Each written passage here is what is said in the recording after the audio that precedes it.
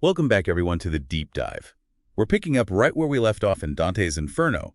And last time you mentioned finding insights for our own lives in Dante's journey, which I think is especially relevant today. Yeah, definitely. Just to recap quickly, Canto XXV showed us those thieves, their forms constantly shifting.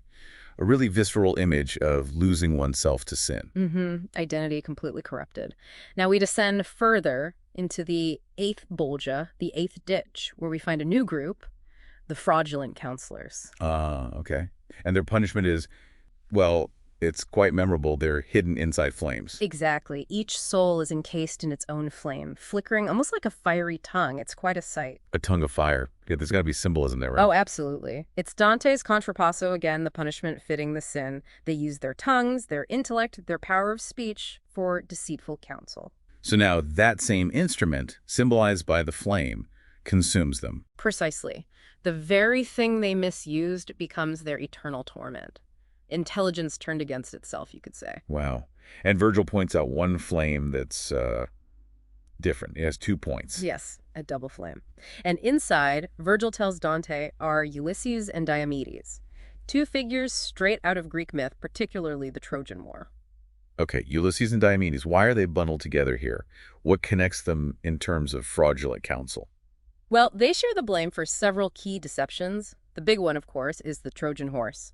That strategy, arguably Ulysses' brainchild, led directly to Troy's destruction. Right, the ultimate trick. And there's more. They worked together to steal the Palladium, that sacred statue believed to protect Troy. Yeah. And they also lured Achilles out of hiding to join the war, which ultimately led to his death. Ah, I see. So a pattern of cunning schemes with pretty devastating consequences. Exactly. Strategic deception, fraudulent counsel on a grand scale. But Dante does something really interesting with Ulysses, doesn't he? His story here. It diverges quite a bit from, say, Homer's Odyssey. It really does. This is one of Dante's most famous sort of reinterpretations.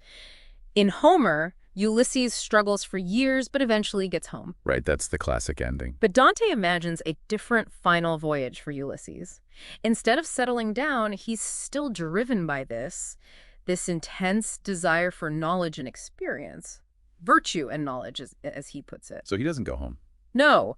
In Dante's version, he gathers his aging crew and persuades them to sail out again beyond the Pillars of Hercules, what we'd call the Strait of Gibraltar. Into the unknown Atlantic, basically, which was, completely uncharted territory, the edge of the world for them. Absolutely. He's driven by this ardor, this burning desire, he says, to become experienced of the world.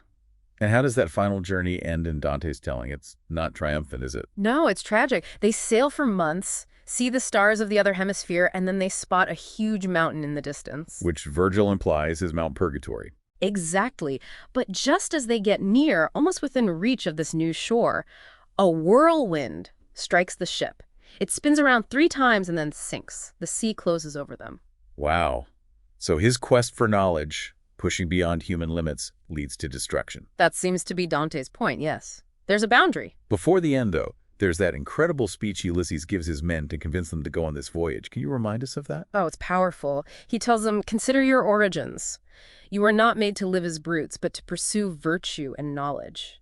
Such famous lines. It speaks to that higher calling, that potential within humanity. It does. It echoes Dante's respect for the pursuit of wisdom, like we saw with the virtuous pagans back in Limbo in Canto 4.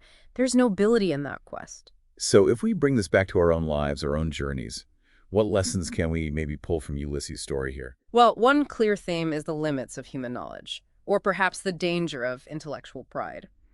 Ulysses' intellect is vast, his curiosity admirable, but without maybe divine guidance or humility, it leads him to transgress God-ordained limits. Right, so intellect needs boundaries, maybe a moral compass. Exactly, which connects to the second point, the responsible use of intelligence. The counselors here misuse their gifts for deceit. It's a stark warning about the ethical dimension of our abilities. How do we use our wits? That's a really practical takeaway. And Ulysses himself, his choice to sail off again. It highlights the tension between ambition and duty, doesn't it?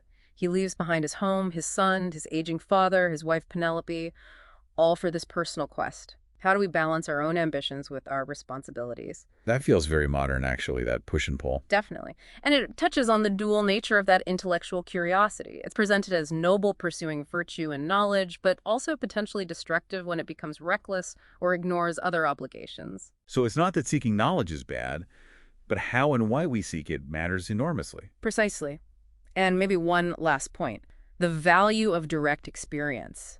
Ulysses felt this powerful urge to see the world, to experience it firsthand.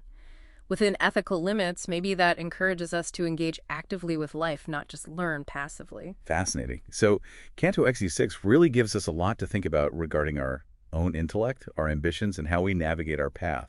It's about using our minds wisely, ethically, and balancing that drive with our duties. A powerful cautionary tale, but also an inspiring one. In a complex way, it really makes you reflect on your own motivations. It certainly does.